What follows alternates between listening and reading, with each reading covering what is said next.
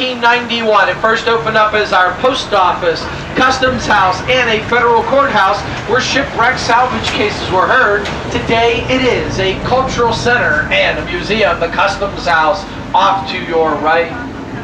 Here on your right, past the two cannons, that big gray stone building, Mel Fisher's treasure exhibit. In 1622, the Spanish treasure galleons Atocha and Santa Margarita sank 30 miles west of us in a hurricane. In 1985, Mel Fisher and his crew discovered the mother lode of the Atocha, more than $400 million worth of gold, silver bars, and gems. A lot of that treasure is still on display inside that building today, Mel Fisher's. To your right, past the white wall and green fence, all the old former Navy base. That's the old Navy cistern here on your right that used to hold more than 1 million gallons of rainwater. 43 acres were sold for $17 million in 1986. Today, go through on either side and up 2 blocks, you will reach Harry Truman's little White House Museum. And for this part, I'd love to salute. Harry Truman spent 11 working holidays here on the island. Those 11 working holidays were known for poker, piano playing, a casual laid-back attitude, and some really bad-looking Hawaiian shirts. To your left, above the white wall, it is our magnificent banyan tree, a member of the ficus family. Notice the aerial roots grow from above. When they touch the ground or the tree, it forms more of the trunk, like on the left side of the walkway to the right side of this driveway. Now, the tree takes up the whole front yard of the Philip Cosgrove house. Philip Cosgrove was the first captain to reach our stricken battleship Maine in Havana Harbor, where she exploded under some very mysterious circumstances in 1898. That did start the Spanish-American War. To your right, the red brick building, white archways, the Key West Post Office, built there in 1985. It was designed by local architect Sonny McCoy, our mayor of the island in the early 70s. He designs it to look like a Civil War era fort. We're going to see a little later on in the tour. As we get to this intersection, across the street on your right is a very unusual street sign, and it says begin 1 mile 0. Tells you you're at the very beginning of Highway 1. Yep, starts right here at this intersection in Key West, runs up our overseas highway along the Atlantic coast, and finishes in Fort Kent, Maine. 2,209 miles north of us on the Canadian border. It makes Highway 1 one of the longest and oldest highways in the United States. Starts right here in Key West at this intersection, the beginning of Highway 1. Francisco Marrero bribed his way out of a Cuban jail, came here to Key West. In this area off to your left, he built a large cigar factory. Well, he settled down and married a Key West girl. And the home on your right, 410 Fleming Street, lavender with the purple shutters, the Marrero Mansion, that was built for them in the early 1890s. Marrero goes on to make a huge fortune selling his cigars around the world. When he died, oh, he left all the money and the home to his Key West wife. Or so she thought. You see, his first wife from Havana, Cuba showed up. The one that no one knew about had the marriage certificate to prove she had married Marrero first. She assumed all the rights, the money and the home, and had the Key West wife kicked out onto these streets. Homeless and penniless, there was not a thing the Key West wife could do about it. Right now we are in the very heart of Old Town, and Old Town is our historic preservation district. It's one of the largest and oldest preservation districts in the United States. We have more than 3,000 structures here in Old Town. 10% of them, nearly 300, are on the National Register of Historic Places.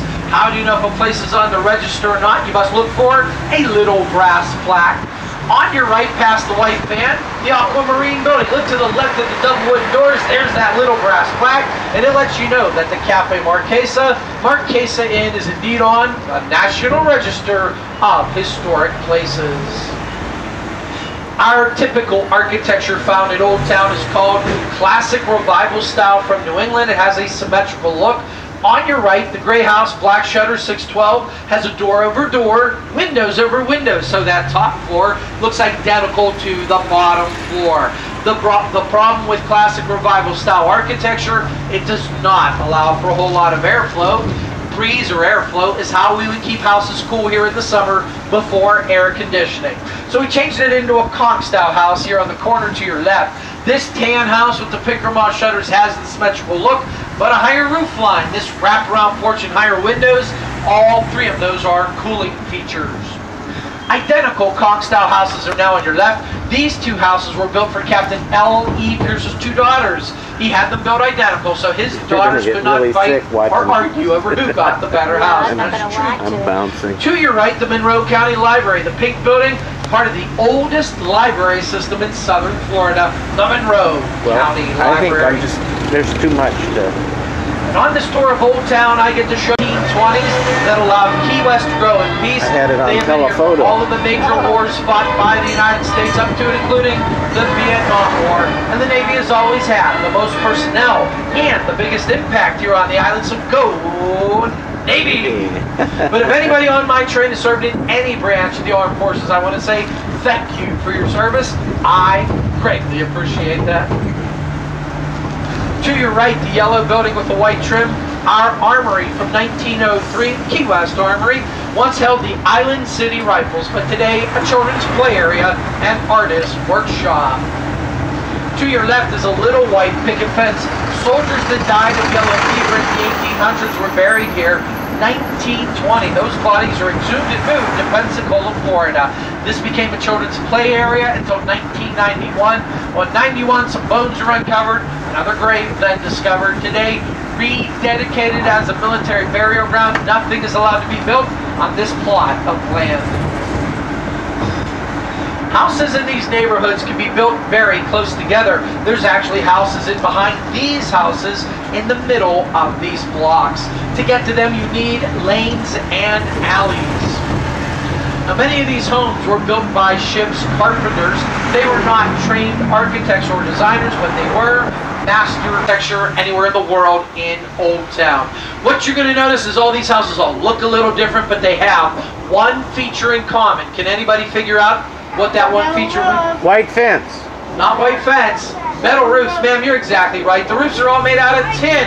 Two very important reasons to have tin roofs here, and the one is collection of clean rainwater.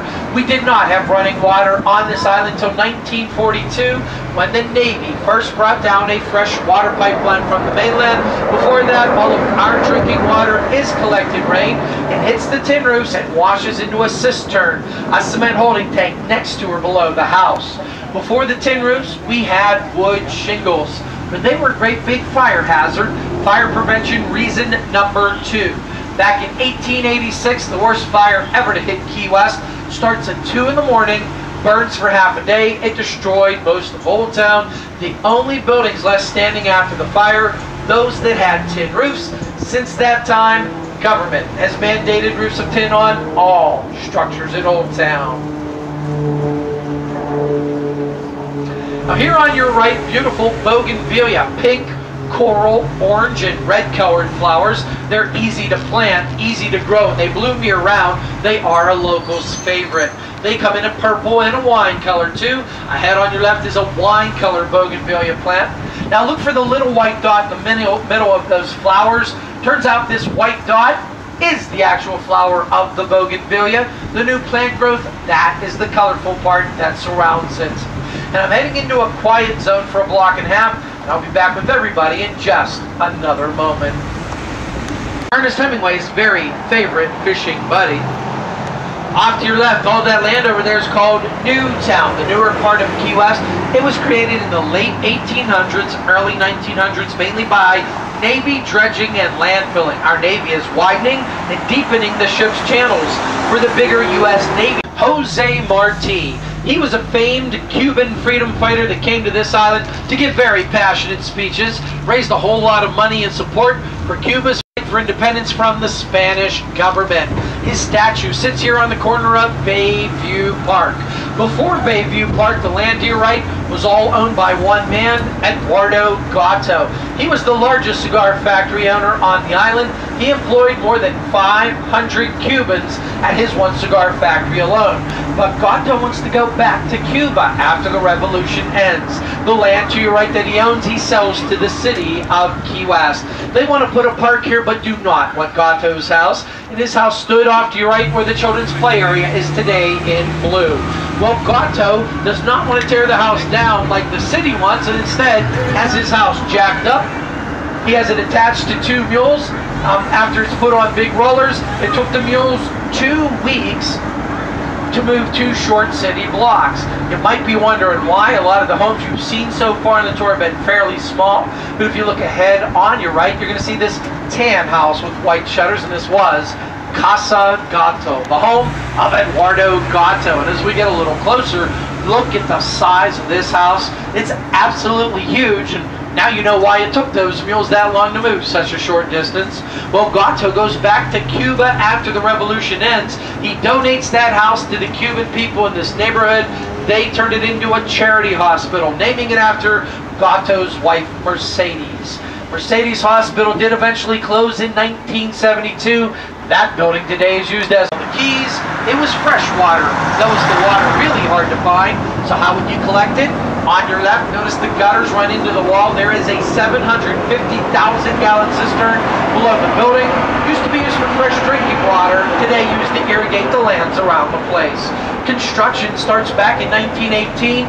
The building does not open up until New Year's Day 1920. At that time, the room rates were said to be exorbitant.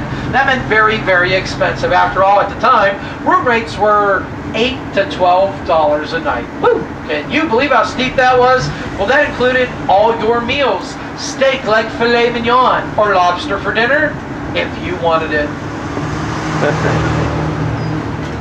Out in front of the train, this one's in Key West, the other one to have one, the Hemingway House, we'll see shortly. But Thelma Strable was an author on the island here in the 1940s who wanted that title of Southernmost House so badly, she purposely built her home 18 inches, a mere 1.5 feet further south than the Judge Vining Harris house. And here it sits on your left, the tan house beyond the tan wall, the home of Thelma Strable that we now call today our southernmost house, USA.